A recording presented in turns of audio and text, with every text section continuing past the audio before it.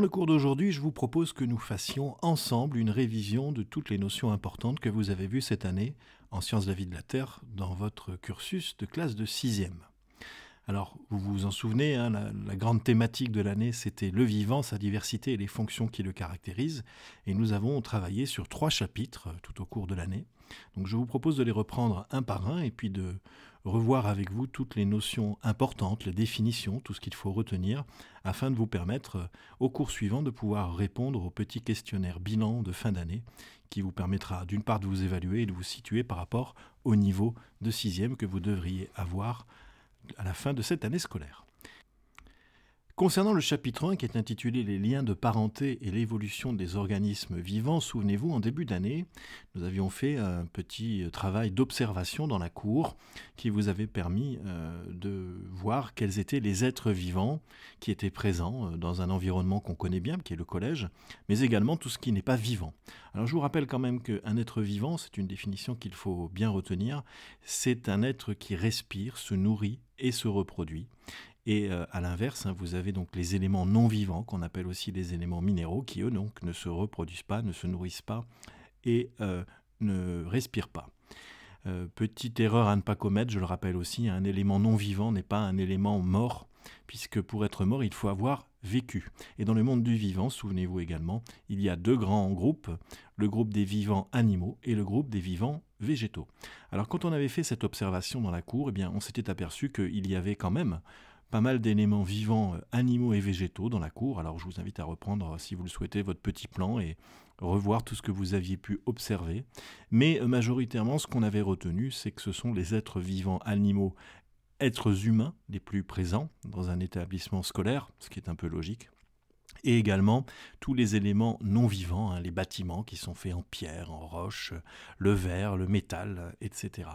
Et on avait conclu, je vous donne la petite conclusion par rapport à cette observation, et bien qu'en fonction de l'environnement dans lequel on se trouvait, il y avait plus ou moins d'êtres vivants présents, et il est évident que dans un environnement urbain, c'est-à-dire en ville, il y a beaucoup plus d'éléments non vivants et d'êtres vivants, animaux, êtres humains, que d'éléments végétaux. Il peut y avoir des parcs aussi, des jardins, mais majoritairement les végétaux c'est plutôt à la campagne ou dans les forêts tropicales, on l'avait évoqué. Voilà, donc en fonction de l'environnement, eh bien, vous avez différents types d'êtres vivants et puis une répartition des êtres vivants qui est différente et une quantité d'êtres vivants qui peut changer. Voilà, ça c'était pour l'introduction du chapitre 1. On en vient maintenant à l'activité 1 qui était intitulée « Observer et classer des êtres vivants ». Et on avait vu, et là aussi c'est une définition qu'il faut retenir, que les êtres vivants, on pouvait les classer selon des critères, selon des caractères, et que ce mot précis qu'on utilise, c'est le mot « attribut », et que chaque être vivant avait plusieurs attributs, et lorsqu'on faisait le lien entre ces attributs, on pouvait regrouper les êtres vivants entre eux, en fonction de leurs attributs, et les classer. Alors, on avait travaillé avec des boîtes de classement, c'était l'exercice du document 3 que vous voyez à l'écran, et on utilisait des boîtes pour classer les êtres vivants selon leurs attributs, avec pour chaque boîte un attribut particulier. Je reprends cet exemple, vous aviez la boîte violette qui était l'attribut squelette externe, donc on se doute qu'il pourrait y avoir une autre boîte, puisqu'elles se vendent toujours de pair, avec un attribut différent, avec la boîte squelette interne. Et donc tous les êtres vivants qui se retrouvent dans cette grande boîte, eh bien, possédaient l'attribut squelette externe. Et puis après, on pouvait aller un petit peu plus loin et puis rajouter des boîtes, et puis pour chaque boîte, rajouter donc un attribut que possédait l'être vivant. Et si on prend l'exemple de l'être vivant dans la boîte bleue, eh bien, on voyait que cet être vivant possédait comme attribut 4 paires de pattes, et il était le seul être vivant que l'on classait donc dans cette boîte bleue. Et à côté de cette boîte bleue, eh bien, vous aviez une boîte vert foncé avec un autre attribut qui est 3 paires de pattes, où on avait un être vivant classé dans cette boîte. Et on allait même encore un petit peu plus loin en rajoutant une boîte avec l'attribut aile membraneuse, et on avait 2 êtres vivants contenus dans cette petite boîte. Voilà. Donc c'était pour vous montrer qu'on pouvait classer les êtres vivants, et c'est ce qui permet souvent d'arriver à des noms de groupes, de familles, d'espèces, etc., en fonction du nombre d'attributs et des attributs communs. Et puis, on ne va pas revenir sur ce sujet parce que ce n'était pas le plus important, mais on peut classer donc dans des boîtes, mais on pouvait classer également en réalisant des arbres de parenté qui permettent de mettre en évidence les liens entre les êtres vivants. Et vous vous souvenez à chaque fois qu'il y avait dans ces arbres qui ressemblent à des arbres généalogiques, si on veut faire une comparaison, eh bien chaque fois qu'on avait une bifurcation dans le chemin, ça correspondait à ce qu'on appelait un nœud, et a un attribut différent pour un chemin à gauche et un chemin à droite, et on pouvait aussi classer et arriver au même résultat que dans les boîtes. Donc pour cette activité 1, qu'est-ce qu'il faut retenir? Je vous redonne les grandes lignes. Un petit rappel, un être vivant, c'est un être qui se nourrit, qui respire, qui se reproduit. Vous avez des êtres vivants animaux et des êtres vivants végétaux. Les humains sont classés dans les êtres vivants animaux, c'est un peu étonnant, mais pourtant c'est le cas. Et vous avez aussi une autre catégorie, c'est-à-dire les éléments non vivants, encore appelés éléments minéraux, qui peuvent être aussi naturels ou artificiels, c'est-à-dire on trouve des éléments non vivants dans la nature, mais l'homme peut aussi fabriquer des éléments non vivants artificiels. Et enfin, bien retenir la notion d'attribut, qu'on donne aussi en tant que synonyme comme mot caractère, un caractère ou un attribut, c'est le même mot. Et c'est grâce à ces attributs qui sont très particuliers pour chaque être vivant qu'on peut classer les êtres vivants qui ont les mêmes attributs. Voilà pour l'activité 1 du chapitre 1. On passe maintenant à l'activité 2 qui était intitulée « Observer et classer des êtres vivants selon leurs attributs ». Alors, c'était plus une séance de travaux pratiques d'observation et de repérage des différents attributs. Donc, on n'avait pas grand-chose de plus à retenir, mais bon, souvenez-vous, on avait observé quantité d'êtres vivants, on avait noté leurs attributs, et ainsi, on avait pu, à la fin de l'exercice, les classer dans des familles identiques.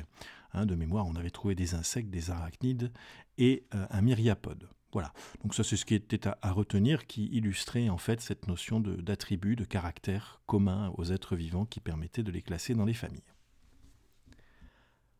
En ce qui concerne l'activité 3 intitulée « Construire un arbre de parenté », donc nous avions travaillé sur ces arbres de parenté, nous en avions observé un, nous en avions élaboré un. Bon, je vous rappelle ce qu'il faut retenir. Pour classer les organismes vivants, on les regroupe en fonction de caractères ou d'attributs, je le redis, qu'ils partagent. Ces caractères partagés traduisent une origine commune, c'est-à-dire des relations de parenté entre les organismes vivants. Plus les organismes vivants partagent de caractères en commun, plus ils sont proches, plus leur degré de parenté est élevé. Et puis vous aviez un autre petit document qui illustrait cela, où on vous indiquait que certains caractères mettent juste en évidence des liens de parenté, mais que d'autres sont liés au milieu ou au mode de vie et peuvent ou non traduire des liens de parenté. Ainsi, les mésanges et les coccinelles ont des ailes qui leur permettent de voler, mais ces ailes ont des organisations différentes. Il ne s'agit pas d'un indice de parenté, mais bien d'une adaptation à un même mode de déplacement, le vol. Voilà en ce qui concernait cette activité 3. On passe maintenant à l'activité 4 intitulée « Tous cousins ». On vous donnait en introduction les informations suivantes. La cellule est un élément commun à l'ensemble des êtres vivants. La cellule est donc un attribut. Donc souvenez-vous, on avait dit que s'il y avait bien un attribut commun à tous les êtres vivants, animaux ou végétaux, c'est bien la cellule. Les êtres vivants partagent parfois également d'autres attributs, encore appelés caractères, je redis que c'est le synonyme. Selon les scientifiques, les êtres vivants qui partagent les mêmes attributs descendent d'un même ancêtre et sont donc parents. Et nous avions travaillé sur une photographie prise au microscope, et puis nous avions appris comment était fabriqué un microscope, ses différentes parties, comment on l'utilisait. Vous aviez fait une séance de travaux pratiques où vous aviez vous-même observé une cellule buccale humaine, vous l'aviez colorée avec le bleu de méthylène. Je rappelle que c'est un colorant qui permet de mieux voir les différentes parties de la cellule, ce que l'on peut voir d'ailleurs sur la photographie. C'est un colorant qui colore un peu en violacé plus qu'en bleu. Et surtout, sur cette première photographie, on avait vu les différentes parties d'une cellule. Et vous les avez à l'écran. Il s'agit donc du noyau, qu'on voyait bien au centre très coloré, du cytoplasme, qui est un liquide à l'intérieur de la cellule, et de la membrane, ou encore appelée membrane plasmique, qui délimitait et entourait la cellule. Donc nous avions travaillé d'abord sur une cellule de peau de grenouille. Et puis une fois que vous aviez fait la séance d'observation au microscope, eh bien vous aviez appris à réaliser un dessin d'observation. Vous avez eu une fiche méthode en ce sens. Je ne reprendrai pas toutes les consignes. Simplement, je pense que maintenant vous le savez, il faut bien sûr réaliser un dessin d'observation avec ses légendes, ses titres et ses flèches intégralement au crayon à papier et être vigilant sur les consignes, notamment que les flèches soient bien droites, que les mots soient alignés, ne pas oublier le titre avec l'échelle. Voilà. Et donc nous avions reproduit la cellule que vous aviez observée au microscope, qui est la cellule buccale humaine avec un grossissement x 400. Et vous avez donc à l'écran le dessin que vous aviez aussi réalisé plusieurs fois d'ailleurs en classe. Alors vous remarquerez sur cette diapositive un petit logo qui indique que dans le cours, sur le site SVT, vous avez une vidéo qui est consacrée à la cellule. Donc je vous invite aussi à la visionner pour vous remémorer tout ce qu'on a dit. En tout cas, ce qu'il faut retenir, c'est que tous les êtres vivants sont constitués d'au moins une cellule.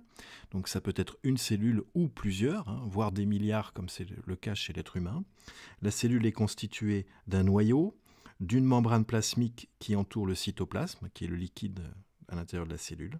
Certains êtres vivants possèdent des cellules qui ont des caractéristiques supplémentaires. Et enfin, ça c'est très important, la cellule est un attribut commun à tous les êtres vivants, animaux ou végétaux.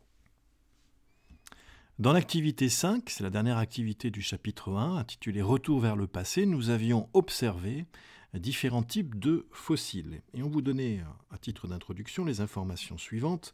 La planète Terre existe depuis plus de 4,5 milliards d'années. En revanche, les plus vieux fossiles d'êtres vivants retrouvés sont datés par les paléontologues de 3,6 milliards d'années. Alors vous aviez observé des fossiles et puis on en était venu, suite à ces observations, à trouver la définition d'un fossile. Cette définition, je vais vous la donner. Vous retrouvez d'ailleurs aussi également sur le site SVT une petite vidéo dédiée à cette notion de fossile. En tout cas, un fossile, c'est une trace laissée par un être vivant, animal ou végétal. Elle peut prendre la forme d'une empreinte, d'un reste d'être vivant qui a été transformé en roche, notamment sa coquille ou ses os. Et l'être vivant peut également être conservé intégralement. Alors on avait vu dans de l'ambre, je rappelle que l'ambre, on avait observé un petit être vivant, un insecte dans de l'ambre. C'est une résine qui a été transformée en roche, mais qu'on peut aussi retrouver l'être vivant intégralement conservé avec ses parties vivantes. Exemple dans la glace, et on avait évoqué les mammouths congelés et qui avaient été retrouvés. Vous aviez réalisé également une frise chronologique où vous aviez regroupé des êtres vivants selon leur période de vie dans les temps géologiques. Donc, je ne reviendrai pas sur ce travail. Simplement, on a pu, à partir de cette analyse de documents, retenir quelques dates. Ce sont peut-être les seules à retenir cette année en 6e, et des dates importantes que je vous redonne. Donc la planète Terre a été créée il y a 4,5 milliards d'années. Rappelez-vous, l'abréviation pour milliard, c'est GA, giga-année. La vie est apparue il y a 3,6 milliards d'années. Les premiers hominidés, qui sont les ancêtres de l'homme moderne, sont apparus il y a seulement 1 million d'années, abréviation MA pour million. L'espèce humaine n'a pas toujours existé à la surface de la Terre, elle n'est apparue que récemment, il y a 120 000 ans environ. Donc vous voyez que l'espèce humaine, elle est très récente par rapport à l'âge de la Terre. La vie a évolué au cours des temps géologiques, certaines espèces ont disparu, exemple les dinosaures. Et bien sûr, il existe des liens de parenté entre les différentes espèces, d'où l'intérêt de repérer leurs attributs pour pouvoir les classer et justement repérer leurs liens de parenté. Donc ce qu'il faut retenir de cette activité 5, vous l'avez compris, c'est d'abord la définition d'un fossile, mais également les dates importantes de votre frise chronologique. Je les redonne, la date d'apparition de la Terre, la date d'apparition de la vie, la date d'apparition des premiers hominidés et la date d'apparition de l'espèce humaine. On passe à un nouveau chapitre, le chapitre 2, intitulé « Les fonctions de nutrition ». Alors on vous donnait comme information en titre d'introduction. On lit souvent de tels messages: pour votre santé, pratiquez une activité sportive régulière, ou pour votre santé, évitez de manger trop gras, trop sucré, trop salé. Et ces slogans accompagnent une publicité ou un produit alimentaire. Et la question qu'on formulait dans ce chapitre, c'est comment on doit adapter notre alimentation en fonction de nos besoins. Et c'est ce que nous allons voir dans les différentes activités. Alors nous avions en activité 1 intitulée « Manger selon ses besoins » travaillé sur plusieurs documents. Vous vous souvenez sans doute, le document 1 qui nous donnait les dépenses d'énergie en fonction de l'activité physique et de la température pour un homme. Alors on avait observé un homme assis dans la température ambiante, un homme assis au froid, un homme qui marchait, un homme qui courait, un homme qui nageait. Et pour chacun de ces documents, on vous donnait l'énergie dépensée en kilojoules par heure. Donc une première chose à retenir, c'est que l'énergie dépensée, eh bien l'unité c'est le kilojoule par heure. Ça peut être aussi par jour, mais en tout cas c'est le kilojoule. Et on avait répondu à une question qui était combien d'énergie est dépensée en marchant et en nageant. On avait vu qu'il y avait 800 kJ dépensés par heure pour un homme qui marche et 1900 kJ par heure pour un homme qui nage. Donc on s'était aperçu qu'en fonction de l'activité qui était plus intense, forcément on avait besoin de plus d'énergie. Et puis on avait relevé aussi qu'un homme assis ou à température ambiante ou au froid, eh bien, il ne consommait pas la même quantité d'énergie en kilojoules, puisque un homme assis à température ambiante, 20 degrés, consommait 420 kilojoules par heure, alors qu'un homme assis au froid consommait 640 kilojoules par heure. Et on avait donné comme conclusion, qui est évidente, c'est que eh bien, donc, le climat, les facteurs extérieurs peuvent jouer sur notre quantité d'énergie. Et si on a besoin de plus d'énergie au froid, c'est que notre corps doit être maintenu à une certaine température, ce qui nécessite d'utiliser de l'énergie pour cela. Nous avions travaillé également sur un autre document, le document 2, qui nous donnait les besoins de l'organisme en fonction de l'âge et du sexe. Vous vous souvenez de la petite anecdote où il y avait une erreur dans le livre avec une valeur qui était fausse, donc on l'avait corrigée. En tout cas, dans ce document, nous avions la consommation d'énergie dépensée par jour, cette fois en kilojoules, pour des adolescents et des adolescentes de 10-12 ans, 13-15 ans, 16-19 ans, pour une femme et un homme adultes et pour une femme et un homme âgé. Et on s'était aperçu d'une part que les consommations d'énergie n'étaient pas les mêmes selon le sexe, qu'elles n'étaient pas aussi les mêmes selon l'âge, forcément, et même au sein d'une tranche d'âge pour les adolescents et les adolescentes, eh bien on avait vu que les adolescentes consommaient moins d'énergie que les adolescents. Voilà. Donc pour faire simple, ce qui était à retenir, c'est que de manière globale, un homme consomme plus d'énergie qu'une femme, et bien sûr qu'un homme adulte consommait plus d'énergie qu'un homme âgé, personne âgée, puisque l'activité est quand même plus réduite, et puis qu'en fonction des phases de puberté, d'adolescence, de croissance, eh bien, il y avait des différences de consommation d'énergie selon l'âge, et surtout la fourchette d'âge, 10-12 ans, 13-15 ans et 16-19 ans. Dans le document 3, nous avions travaillé sur un menu type de cantine, même si on avait dit qu'il n'était pas des plus équilibrés parce que le soda est quand même à éviter dans un repas quotidien. En tout cas, ce qui était intéressant, c'est qu'on voyait qu'en fonction des aliments qui étaient proposés au menu, eh bien, chaque aliment contenait une certaine quantité d'énergie disponible pour nous quand on consommait l'aliment, et que tous les aliments n'avaient pas la même quantité d'énergie fournie lorsqu'on les mangeait. Donc on avait fait un calcul, souvenez-vous, un petit calcul du nombre de kilojoules qui était donné pour ce repas type, et on en avait conclu que pour notre alimentation, eh bien, il fallait quand même une alimentation assez équilibrée, manger un petit peu de tout, des fruits, des légumes, des féculents, manger de la viande qui contienne des protéines, éviter bien sûr les boissons trop sucrées, l'eau est à préférer au soda dans le menu. Voilà. Et que bien sûr, plus on mangeait d'aliments en quantité, plus on avait d'énergie, et en fonction de l'aliment, eh bien, on avait beaucoup plus d'énergie, par exemple pour un steak haché que pour des pommes. Voilà ce qu'il fallait retenir. On avait été avec le document 4 encore un petit peu plus précis et plus loin, on regardait cette fois les besoins journaliers en minéraux, selon l'alimentation pour les adolescents. Minéraux, alors il y en avait plusieurs, il y en a d'autres dont on a besoin, mais il y avait le calcium, le fer, le magnésium, le phosphore et le zinc. Donc on avait constaté que, bien sûr, en fonction de l'âge, mais surtout du sexe, eh bien que ça pouvait varier ces besoins, même si par exemple les besoins en calcium étaient les mêmes pour une adolescente de 12-19 ans et pour un adolescent de 12-19 ans, eh bien les besoins en fer n'étaient pas les mêmes. Et on avait trouvé la réponse à cela, c'est que, vous le savez, les jeunes filles qui ont atteint l'âge de la puberté et qui ont leurs règles chaque mois, eh bien sûr ont besoin de plus de fer, puisque le fer il est contenu dans le sang, et lorsque les jeunes filles ont leur menstruation, eh bien elles perdent du sang, donc il est nécessaire d'avoir plus de fer que chez les garçons qui n'ont pas de menstruation pour pouvoir refabriquer du sang. Voilà, c'était un petit exemple. Nous avions travaillé aussi enfin sur les apports nutritionnels en minéraux de quelques aliments, et on avait vu par exemple que le yaourt, le lait, les petits suisses et Elemental n'avaient pas les mêmes quantités de calcium disponible, ce qui rejoint un peu le travail qui avait été fait sur les menus avec les différents aliments. Nous allons donc pouvoir arriver à la conclusion et ce qui est à retenir. Ce qui est à retenir de cette activité 1, manger selon ses besoins, eh bien, c'est que chaque aliment que nous consommons contient une certaine quantité d'énergie, dont l'unité est le kilojoule, donc ça c'est important de le retenir. Certains aliments contiennent plus d'énergie que d'autres. Les besoins en aliments varient en fonction de l'âge, de l'activité, c'est-à-dire de l'effort physique que l'on peut faire, du sexe, et par ailleurs, il est nécessaire d'avoir une alimentation équilibrée et de varier les aliments. Il faut également être vigilant quant à la quantité d'aliments que nous ingérons chaque jour, afin d'éviter les excès ou les carences. Carences, c'est quand on n'a pas mangé assez.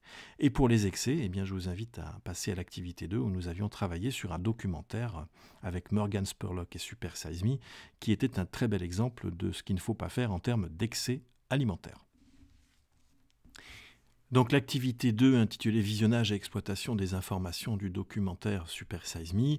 Je vous replace rapidement le contexte. Donc Morgan Spurlock est un journaliste qui décide de manger matin, midi et soir uniquement chez McDonald's pour voir les effets négatifs ou positifs d'une alimentation exclusive dans les fast-foods. Et puis on le suivait avec des médecins qui relevaient ces différents résultats pour voir comment il évoluait tout au long de ces différents jours passés. Et en termes de conclusion et de bilan, eh bien, je vous donne les informations synthétiques de son expérience culinaire. Les voici. Donc Morgan a été suivi par 4 personnes, un médecin généraliste, 2 spécialistes, il y avait un cardiologue, un gastro-entérologue et une diététicienne. Et qu'est-ce qu'on a vu dans le documentaire? Eh bien, c'est qu'au bout de quelques jours, de nombreux effets négatifs ont été observés. Morgan a pris 11 kilos en 30 jours. Il a eu des problèmes cardiaques, des problèmes respiratoires, des gros soucis au foie, des maux de tête, un début de dépression, un début de diabète, c'est-à-dire il avait trop de sucre dans le sang, ce qui est normal vu sa consommation de soda et de sucre dans son alimentation. Les efforts physiques étaient difficiles, il avait une perte d'activité sexuelle, il a eu des vomissements, des troubles du sommeil, etc. Donc, on en concluait que Morgan était devenu dépendant à la nourriture de McDonald's. Son foie était malade, vraiment malade, avec un risque d'infarctus, c'est-à-dire de crise cardiaque qui était important. Et à un moment donné, vers la fin de l'expérience, les médecins le considéraient vraiment en danger de mort. Donc que nous apprenait ce documentaire? Ce que nous savions déjà, c'est qu'il ne faut pas manger régulièrement en fast-food, on peut y aller très ponctuellement pour se faire plaisir, mais pas régulièrement. Qu'il ne faut également pas manger trop sucré, trop salé et trop gras. Et qu'il est bien sûr nécessaire d'avoir une alimentation équilibrée et variée. Manger 5 fruits et légumes par jour est recommandé, ainsi que la pratique d'efforts physiques réguliers. Donc en synthèse et en conclusion, ne pas manger trop, mais manger des aliments variés, parce que chaque aliment peut contenir des choses importantes pour notre organisme, de pratiquer une activité physique régulière, et je le redis, il n'est pas interdit d'aller manger au fast-food, mais il faut y aller de manière très ponctuelle, et bien évidemment pas comme Morgan d'y aller tous les jours, 3 fois par jour, pendant un mois. Ça paraît tout à fait évident. Autre point important à retenir, c'est qu'on classe les aliments en différentes catégories, différentes familles. Alors il y a plusieurs classements, vous avez les classements des nutritionnistes, vous l'avez sur le document, avec les féculents, les produits laitiers, etc. Mais ce qui est important de retenir, c'est qu'il existe 6 grands groupes d'aliments. Le premier, c'est le groupe des protides. On dit souvent le groupe des protéines, mais il faut dire le groupe des protides. Les protides, ce sont donc les protéines qu'on retrouve notamment dans la viande. Vous avez le groupe des lipides, c'est-à-dire toutes les graisses. Et le nutriment des lipides, ce sont les acides gras. Vous avez le grand groupe des glucides, qu'on appelle aussi le groupe des sucres. Les glucides, vous savez que le glucose est indispensable pour le fonctionnement de nos cellules. C'est un exemple de nutriment qui fait partie de la famille des glucides. L'eau est une famille à part entière dans les groupes d'aliments. Les sels minéraux et enfin les vitamines. Voilà, alors vous le verrez lors de l'année de 5e lorsque vous ferez la digestion, mais en général, les aliments qui contiennent des protéines, des lipides et des glucides, on va les digérer. Mais l'eau, les sels minéraux et les vitamines, on n'a pas besoin de les digérer, c'est-à-dire que lorsqu'on les absorbe, ils vont directement dans notre organisme. Ça, vous le verrez l'année prochaine. Au cours de l'activité 3, nous avons travaillé sur un aliment fabriqué, le yaourt. Et on avait fait une série d'expériences pour montrer ce qui était nécessaire pour fabriquer un yaourt. Alors je vous redonne rapidement les ingrédients nécessaires. Donc il vous faut du lait frais, il vous faut des ferments lactiques. Alors les ferments lactiques, c'est ce qui vont permettre la transformation du lait en yaourt. Ferments lactiques qu'on peut acheter ou bien qu'on retrouve dans un yaourt. Il suffit de mettre une cuillère de yaourt pour avoir des ferments lactiques et créer d'autres yaourts. Et puis on vous avait bien indiqué que pour fabriquer un yaourt, je vais vous redonner la recette détaillée, il fallait mettre au bain-marie, c'est-à-dire à 45 degrés durant 5 heures. Nous avions travaillé d'abord sur un document qui est le document 2, et on avait observé au microscope du lait et du yaourt, et on avait vu la différence. Alors je vous rappelle que dans le document A, avec le lait observé au microscope, les petits ronds, les petites sphères, c'était de la matière grasse, c'est des petits éléments lipidiques qu'on retrouve dans le lait. Et dans le document B, lorsqu'on observait cette fois un yaourt, eh bien, on avait vu qu'il y avait beaucoup moins de petites gouttes lipidiques, ce qui veut dire que les petits micro-organismes qu'on voit très bien aussi, qui apparaissent en bleu foncé, les ferments lactiques, eh bien, ils ont consommé la graisse qui est contenue dans le lait et l'ont transformée, ce qui aboutissait à la transformation du lait en yaourt. Voilà pour la petite histoire. Et puis nous avions fait une série d'expériences, et vous pouvez retrouver des vidéos sur le site SVT, où en fonction de ce qui était utilisé, eh bien, on vérifiait si on pouvait obtenir un yaourt ou non. Alors je vais vous redonner juste les grandes lignes. Donc il faut impérativement du lait frais. Si vous faites bouillir du lait, ça ne fonctionnera pas. Donc il faut du lait frais. Il faut ajouter des ferments lactiques, donc ou une cuillère de yaourt ou bien des ferments lactiques que vous avez trouvés dans le commerce. On parle à ce moment-là d'ensemencer. Vous vous souvenez de ce mot, ensemencer, c'est-à-dire mettre des ferments lactiques. On mélangeait donc les ferments lactiques ou la cuillère de yaourt avec du lait frais et on mettait au bain-marie à 45 degrés pendant 5 heures et on obtenait un nouveau yaourt. Vous pouvez retrouver toutes ces vidéos sur le site SVT. Dans le document 4, nous avions travaillé sur la composition et la durée de conservation de certains aliments, c'est-à-dire le lait cru, le yaourt et le comté. Alors on retrouvait les grands groupes de familles que j'ai évoqués tout à l'heure, les glucides, les protéines, les lipides, et notamment le calcium qui fait partie des sels minéraux. Donc on avait vu que la composition était différente, mais surtout, et c'est ce qu'il fallait retenir, c'est que la durée de conservation au frais de différents aliments, eh bien, en fait, dépendait de la transformation qui avait été faite par les êtres vivants au préalable. Et donc, le lait cru se conservait uniquement 3 jours, le yaourt 10 jours et le comté 2 mois. Donc, on en était arrivé à la conclusion que la transformation d'un aliment eh bien, permettait de le conserver plus longtemps. Donc en titre de conclusion, voilà ce qui avait été dit. On obtient certains aliments en contrôlant la transformation d'une matière première. Par exemple, le yaourt provient de la transformation du lait par des micro-organismes. Je rappelle, ce sont les ferments lactiques. Cette transformation se réalise dans des conditions précises. Elle permet par ailleurs d'allonger la durée de conservation de l'aliment. Et enfin, la dégradation de la qualité des aliments est due à la prolifération de micro-organismes qui les rendent impropres à la consommation et peuvent provoquer de graves infections alimentaires. C'est pour cette raison qu'on conserve au réfrigérateur le plus souvent les aliments ou qu'on trouve des moyens de conservation de ces aliments. On peut aussi saler les aliments ou les mettre dans du sucre pour les conserver plus longtemps. Mais attention, il y a une date limite de consommation des aliments. Il faut être vigilant pour pas qu'il y ait de développement de ces micro-organismes. On passe à l'activité 4 intitulée « Pas de génération spontanée ». En guise d'introduction, il était dit qu'au XIXe siècle, certains pensaient que les êtres vivants pouvaient naître spontanément de la matière et qu'en 1862, l'Académie des sciences avait proposé un prix à celui qui trouverait une réponse à ce débat sur la génération spontanée. Et on avait expliqué comment un chimiste très connu, Louis Pasteur, qui est quand même à l'origine des vaccins, donc c'est quand même un scientifique très connu, a réussi à gagner ce prix. Donc vous aviez deux expériences, l'expérience de Félix Archimède Pouchet pour le document 1 et l'expérience du document 2 de l'expérience de Pasteur. Donc on va commencer par l'expérience de Pouchet. Donc souvenez-vous ce qu'il avait fait. Il avait porté de l'eau à 100 degrés dans un ballon qui était ouvert, puis il avait fermé le ballon pendant que l'eau refroidissait, il y avait introduit du foin dans le ballon, et il avait constaté qu'il y avait un développement de micro-organismes. Il avait conclu que des micro-organismes donc, étaient nés spontanément dans le ballon d'eau, ce qui était totalement faux, puisque, souvenez-vous, nous avions vu, et vous pourrez revoir éventuellement la petite vidéo associée en ce sens sur le site SVT, mais nous avions vu qu'en fait c'est le foin qui contenait déjà des micro-organismes et que le fait forcément de mettre du foin dans de l'eau eh bien, permettait le développement de ces micro-organismes. Donc il n'y a pas du tout d'apparition magique spontanément, pas de génération spontanée avec l'expérience de Pouchet. Pasteur, lui, avait fait une autre expérience, il avait pris un ballon à colle de cygne avec du jus de raisin, qui est un milieu propice au développement des micro-organismes. Il avait chauffé l'ensemble à 100 degrés, donc souvenez-vous, c'est très important aussi de le retenir, c'est qu'à 100 degrés, on stérilise, c'est-à-dire on tue tous les micro-organismes. Et on parlera tout à l'heure de la pasteurisation, qui est un autre phénomène où on fait chauffer aussi un aliment, mais pas à 100 degrés. Donc stériliser, on tue tous les êtres vivants à 100 degrés. Donc son jus de raisin, forcément, à 100 degrés, n'avait plus de micro-organismes. Et puis, il constatait, après avoir laissé refroidir, qu'il n'y avait pas de développement de micro-organismes, ce qui montre bien qu'ils n'apparaissent pas spontanément et qu'il n'y a pas de génération spontanée. Voilà pour l'expérience historique de Louis Pasteur qui avait remporté le prix de l'Académie des sciences. Donc ce qui est à retenir, c'est que Pouchet a fait une erreur durant son expérience car il ne pensait sans doute pas que le foin contenait des micro-organismes ou que l'air extérieur pouvait contaminer l'eau du ballon de verre, parce que je ne l'ai pas reprécisé, mais il avait laissé en plus le ballon ouvert. Donc l'air peut contenir des micro-organismes qui viennent se déposer dans le ballon et dans l'eau.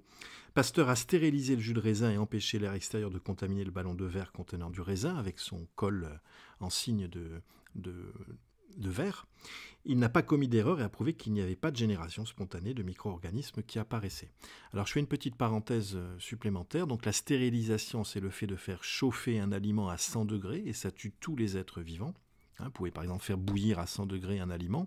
Le problème, c'est que si vous faites bouillir un aliment, ça va le dénaturer, le détériorer, il ne sera pas aussi bon. Donc on fait rarement bouillir des aliments, sauf peut-être des pâtes, quand lorsqu'on fait des pâtes. Et la pasteurisation, c'est le fait de faire chauffer beaucoup moins, c'est-à-dire on faisait chauffer aux alentours de 70-80 degrés pendant quelques heures. Et là, ça permettait de non pas tuer tous les êtres vivants, mais en tout cas d'en tuer beaucoup et de prolonger la durée de vie d'un aliment. C'est pour ça qu'on pasteurise parfois des aliments comme le lait pasteurisé et autres. Voilà 2 techniques qui permettent d'allonger, mais seule la stérilisation tue tous les êtres vivants. Vous avez une autre possibilité pour stériliser des accessoires, des ustensiles de travail ou autres. On peut les passer à l'alcool. C'est pas pour rien qu'on se lave les mains en ce moment avec du gel hydroalcoolique. Ça tue les microbes, les micro-organismes. Et les ultraviolets aussi, qui tuent tous les micro-organismes et les êtres vivants. Donc ultraviolets, alcool, donc gel hydroalcoolique, et faire chauffer à 100 degrés, c'est une stérilisation qui permet de tuer tous les micro-organismes. Et ça nous permet d'arriver à l'activité suivante qui concernait le coronavirus. Alors l'activité 5, elle était intitulée « Les règles d'hygiène », qui sont encore plus importantes actuellement.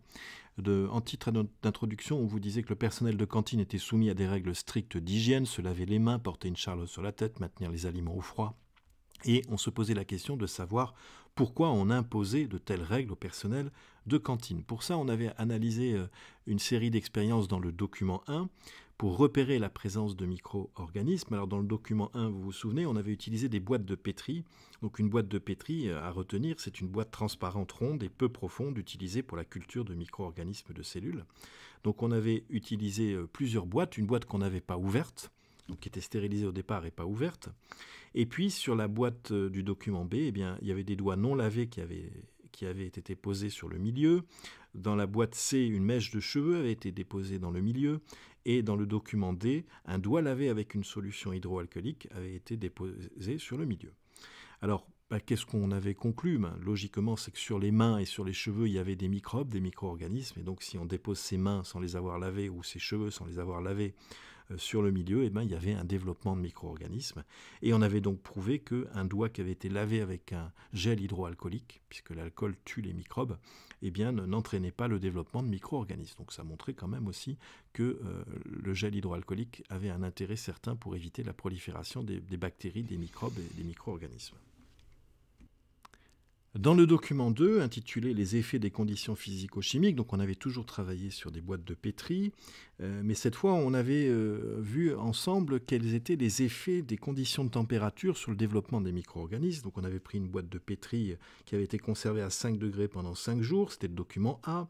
Une boîte chauffée à 100 degrés et conservée à 20 degrés pendant 5 jours, une boîte conservée à 20 degrés pendant 5 jours pour le document C, et une boîte conservée à 5 degrés pendant 1 jour, puis 20 degrés pendant 4 jours. Alors, pour la boîte A, conservée à 5 degrés pendant 5 jours, on observait qu'il n'y avait pas de développement de micro-organismes, on parlait ici de levure rouge. Pour le document B, on avait chauffé la boîte à 100 degrés, donc on l'avait stérilisée, donc logiquement les micro-organismes avaient tous été tués, et après avoir été conservés à 20 degrés pendant 5 jours, logiquement il ne se passait rien, rien ne se développait. Mais en revanche, pour une boîte qu'on conservait à 20 degrés pendant 5 jours, on voyait l'apparition d'une tache très rouge, ce qui prouvait que les levures s'étaient développées et qu'à 20 degrés, elles se développaient plutôt bien. Enfin, pour la boîte D, on avait observé que la boîte conservée à 5 degrés pendant 1 jour, puis à 20 degrés pendant 4 jours, avait permis le développement des micro-organismes, des levures rouges, mais que c'était moins coloré. Pourquoi ? Parce que lorsqu'on a mis à 5 degrés pendant 1 jour, on a ralenti le développement, et les 4 jours suivants, le développement a pu se faire, mais pas aussi vite du coup que pour la boîte C, puisque la boîte C, ça avait été 5 jours d'affilée à 20 degrés. Là, il n'y avait que 4 jours à 20 degrés et un jour à 5 degrés. Voilà, donc on prouvait bien que les conditions de température accéléraient ou pas le développement des micro-organismes, d'où l'intérêt, bien sûr, de mettre les aliments au frais au réfrigérateur pour les conserver plus longtemps. Nous avions travaillé enfin sur le coronavirus. Alors, je ne vais pas revenir sur les gestes barrières, puisque maintenant vous avez adopté ces gestes et c'est presque maintenant naturel pour vous. Donc on avait travaillé sur ce nouveau virus qui a perturbé cette année scolaire de manière considérable et qui nous amène justement à ces vidéos de cours à distance. Simplement, ce qu'il faut retenir de cette partie qui est donc du coup extrêmement importante et qui finalement est tout à fait d'actualité par rapport à la situation sanitaire aujourd'hui, c'est que d'une part, d'après les informations qu'on a pu avoir dans les différents documents, il faut surveiller sa santé de près pendant 2 semaines, si jamais on a des symptômes de coronavirus. Si on a de la fièvre, de la toux ou un écoulement nasal, il faut porter un masque et consulter un médecin. Il faut éviter le contact avec des animaux vivants, volailles et oiseaux. Il faut éviter de consommer de la viande crue insuffisamment cuite. Éviter les endroits surpeuplés et le contact avec des personnes malades. Avoir une bonne hygiène personnelle à chaque instant et se laver les mains fréquemment. Se couvrir la bouche avec un mouchoir ou utiliser sa manche en cas de toux ou d'éternuement.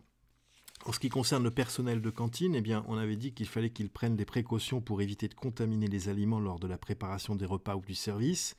Donc le personnel de cantine doit se laver régulièrement les mains pour tuer les micro-organismes. Porter une charlotte, c'est-à-dire une coiffe sur les cheveux pour éviter que des cheveux tombent sur les aliments et les contaminent, parce qu'on a vu donc, dans les documents précédents que les cheveux contiennent aussi des micro-organismes. Pour terminer, de nombreuses techniques permettent d'éviter la prolifération des microbes dans nos aliments. L'exposition à une température élevée, donc on peut faire cuire un aliment, du coup on le conservera un peu plus longtemps, on peut le pasteuriser comme je l'ai dit tout à l'heure, ça se conserve encore plus, le stériliser, ce qui tue tous les micro-organismes. Le sel ou le sucre limite la quantité d'eau disponible pour les micro-organismes, ce qui ralentit leur développement. Ces techniques historiques sont encore utilisées pour la charcuterie ou la confiture, donc c'est une autre manière de prolonger la durée de vie d'un aliment. Le froid, bien sûr, limite et ralentit, je dis bien limite et ralentit et pas empêche totalement le développement des micro-organismes et prolonge ainsi la durée de conservation des aliments. Et enfin, bien sûr, lors d'une épidémie, grippe, gastro-entérite ou Covid-19, des règles d'hygiène doivent être adoptées pour limiter ou éviter la propagation des micro-organismes responsables de maladies. On termine avec le chapitre 3, qui est le dernier chapitre de l'année, intitulé « L'origine de la matière des êtres vivants ». Alors dans ce chapitre, vous aviez principalement travaillé dans l'activité 1, grandir c'est produire, sur l'analyse de graphiques.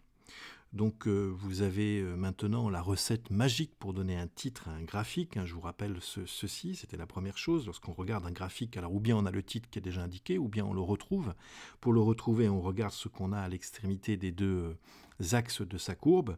On vous donne des informations. Dans le document 1, c'était la taille en centimètres et l'âge en mois. Et pour trouver le titre, il suffisait de dire graphique de l'évolution de la taille en centimètres selon, on peut dire aussi en fonction de son âge.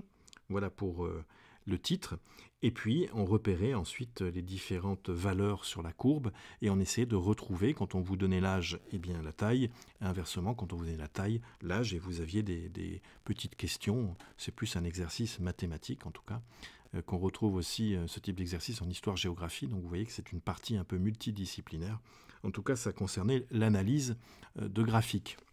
Ce qu'on va dire simplement sur ces graphiques, en titre de conclusion, voici la conclusion, c'est que pour ce qui était de Sacha, puisque c'était l'enfant sur lequel on avait travaillé et au niveau de sa taille, de son poids en fonction de son âge, que plus Sacha est âgé, plus sa masse et sa taille augmentent, ce qui est normal puisqu'il est en phase de croissance. Cependant, et attention, ça il faut le retenir, durant sa vie, on peut grandir en taille, mais ne pas forcément augmenter sa masse. J'avais pris un exemple tout à fait édifiant. C'est que vous pouvez avoir un adolescent en phase de croissance qui va grandir, mais s'il fait un régime ou s'il a une maladie de type anorexie, il va maigrir. C'est-à-dire, il va peut-être grandir, mais puiser dans ses réserves et perdre du poids. De manière générale, bien sûr, plus on grandit et plus on prend de la masse et non du poids.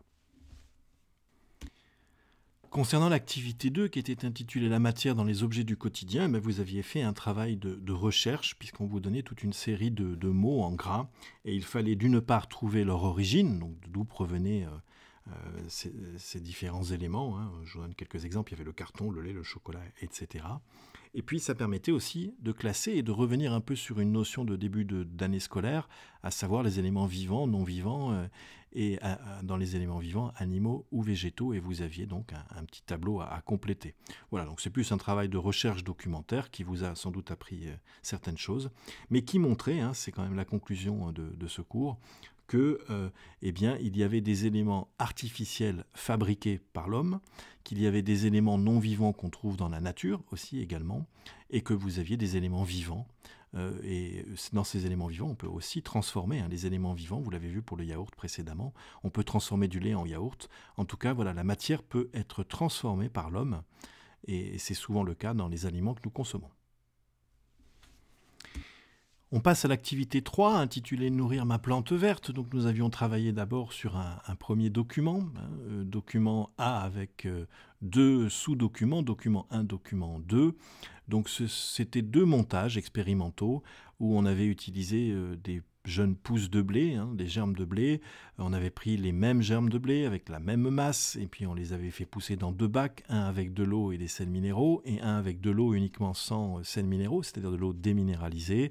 Et on constatait que, au départ de l'expérience, bien sûr, ils avaient tous la même masse, mais qu'après quelques jours, 20 jours pour être précis, eh bien, on constatait que dans le bac où on avait mis des sels minéraux, il y avait plus de matière qui avait été produite, alors que dans l'expérience où nous n'avions pas mis d'eau avec des minéraux, eh bien, ça avait quand même poussé et produit de la matière, mais beaucoup moins, puisqu'on avait 2,7 grammes pour les 10 pouces de germes de blé.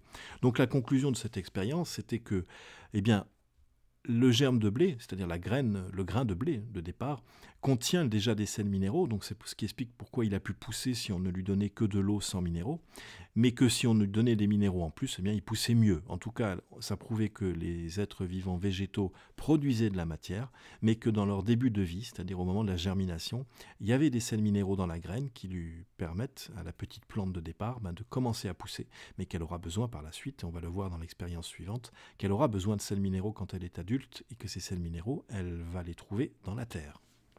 Nous avions travaillé sur le document B, aussi intitulé document 3, et on avait observé que donc, dans des zones exposées à la lumière, il y avait beaucoup plus de végétaux et donc plus de production de matière vivante que dans une zone ombragée par un rocher. Et donc on avait conclu que la lumière était un facteur qui permettait de faire produire plus de matière à un être vivant végétal, donc il a donc bien besoin de lumière, hein, et c'est ce qu'on va prouver dans l'expérience suivante. Alors l'expérience suivante, c'était une série d'expériences que vous pouviez mettre en place chez vous, hein, que vous pouvez retrouver aussi sous forme d'une vidéo, qui souhaitait démontrer quels étaient les besoins de la graine de haricot, et je dis bien la graine et pas la plante adulte au départ, les besoins de la graine de haricot pour pouvoir pousser. Alors je ne reprendrai pas, hein, puisque c'est très détaillé dans la vidéo, toutes les expériences, mais ce que nous avions conclu suite à la mise en place de différents protocoles expérimentaux et d'analyse des résultats, eh bien, c'est qu'une graine de haricot, pour germer, avait besoin d'eau, hein, l'eau est nécessaire à la vie, ça c'est très important, qu'elle avait besoin éventuellement d'un support, ça peut être la terre ou le coton, mais en tout cas un support, qu'elle avait besoin également d'oxygène pour respirer, puisque la graine est un être vivant, hein, qui respire, se nourrit et se reproduit, mais que c'était tout. C'est-à-dire que la terre n'était pas forcément nécessaire, puisqu'on avait des plantes qui avaient poussé sur du coton, et que les sels minéraux n'étaient pas non plus nécessaires, et on en revient à ce qui était dit tout à l'heure pour le germe de blé, c'est qu'une graine contient déjà des sels minéraux au début de sa vie, donc elle n'a pas besoin qu'on lui donne des sels minéraux supplémentaires. Donc votre graine de haricot, elle a besoin, je le redis, d'eau, d'oxygène, et bien sûr, on ne l'a pas évoqué, de bonnes conditions de température, pour pas qu'il fasse trop froid ni trop chaud pour qu'elle puisse germer, ce qui explique pourquoi en général les graines germent au printemps, puisque c'est une saison où les températures sont idéales pour la germination. En revanche, une plante adulte, une fois que votre plant de haricot avait grandi, il peut atteindre quelques dizaines de centimètres, eh bien votre plante adulte, elle avait d'autres besoins, puisque une fois que la graine a consommé tous ses sels minéraux, dans ses cotylédons, pour être précis, c'est-à-dire les deux parties de la graine de haricot. Si vous séparez une graine de haricot et que vous la disséquez, vous pouvez le voir, il y a une vidéo d'ailleurs dédiée à cela, et bien une fois qu'elle a grignoté, entre guillemets, tous ces sels minéraux, elle va avoir besoin de sels minéraux pour continuer à vivre, et c'est là où elle va puiser dans la terre, d'où la terre, qui est nécessaire, les sels minéraux. Une plante adulte donc aura besoin des sels minéraux contenus dans la terre, elle aura besoin d'eau, elle aura besoin d'oxygène pour respirer, de bonnes conditions de température, mais aussi et surtout de lumière, puisque c'est grâce à la lumière que la plante réalise la photosynthèse. Et c'est pour cette raison que si vous mettez une plante à l'obscurité, elle va mourir. Idem pour la graine, elle pourra germer, on l'a vu dans une des expériences, mais elle germera en donnant une plante très jaune, très blanche, qui sera vouée à mourir parce qu'elle n'aura pas produit la chlorophylle dans ses feuilles pour réaliser la photosynthèse, chlorophylle qui donne la couleur verte aux feuilles. Voilà, donc pour conclure, la plante adulte a besoin, je le redis, de sels minéraux contenus dans la terre, d'oxygène pour respirer, d'eau, de lumière et de bonnes conditions de température. Nous arrivons à la dernière activité de l'année, l'activité 4, intitulée « Nourrir mes animaux ». Donc nous avons vu les besoins de la graine de haricot et indirectement du grain de blé. Donc là, nous avons travaillé sur un être vivant animal qui est la chouette. Et nous avions vu donc que la chouette se nourrissait de petits rongeurs et qu'elle rejetait ce qu'on appelle une pelote de réjection, c'est-à-dire les restes de ces animaux consommés, c'est-à-dire les poils et les os. Alors ce qui était intéressant dans l'expérience qu'on aurait dû réaliser ensemble et que j'ai réalisé pour vous sous forme d'une vidéo, c'est qu'en disséquant une pelote de réjection, eh bien, on retrouvait des os. Ça peut être des os du crâne ou les os du corps d'un animal, et en fonction de la forme de ces os, notamment ceux du crâne, on pouvait déterminer quel était l'être vivant qui avait été consommé, et ça permettait de mettre en évidence donc que la chouette avait mangé telle espèce de rongeur, notamment des campagnols, si mon souvenir est bon, dans les expériences qu'on a faites ensemble. Ça nous a mené à la notion de régime alimentaire, que la chouette est un carnivore, c'est-à-dire qu'elle se nourrit de viande. Et ce qu'il faut retenir de cette partie, c'est qu'en analysant les réjections de la pelote de la chouette, eh bien, on sait quel animal elle a pu manger, mais qu'en fonction de ce que l'on mange, eh bien, on détermine un régime alimentaire. Et vous en avez plusieurs types. Vous avez le régime zoophage, c'est-à-dire carnivore, on se nourrit zoophage d'animaux. Vous avez le régime végétalien, c'est-à-dire on ne se nourrit que de végétaux, exemple une vache qui mange de l'herbe. Et puis vous avez, il y en a d'autres, des régimes insectivores qui mangent des insectes, granivores qui mangent des graines, frugivores qui mangent des fruits. Bon, on pourrait en donner beaucoup. Et on terminait, puisque c'est quand même ce qui nous concerne principalement, avec notre régime alimentaire chez l'homme, qui est un régime omnivore, puisque l'homme se nourrit de tout, ou en tout cas peut se nourrir de tout. Et lorsqu'on se nourrit à la fois de végétaux, d'animaux et de beaucoup de choses, eh bien on est dans un régime omnivore. C'est le cas de l'homme et du singe notamment. Voilà, c'est tout pour cette partie révision de l'année, qui j'espère vous sera utile pour pouvoir répondre la semaine prochaine au petit questionnaire bilan qui vous sera proposé. Ce que je vous invite bien sûr, c'est à revoir éventuellement cette vidéo plusieurs fois, ou alors à relire votre cours, puisque je n'ai fait que redire ce qui était important dans votre cours. Revoyez aussi les différentes évaluations de l'année, puisque dans les évaluations, on demande toujours ce qui est essentiel. Donc revoyez vos évaluations, relisez le cours, et la semaine prochaine, vous serez donc prêt et opérationnel pour répondre au questionnaire bilan qui vous permettra de vous situer et de savoir si vous avez bien retenu tout ce qui était à retenir pour l'année de 6e en sciences de la vie et de la Terre. Moi, je vous dis à la semaine prochaine et je vous souhaite bon courage pour ces révisions. À bientôt.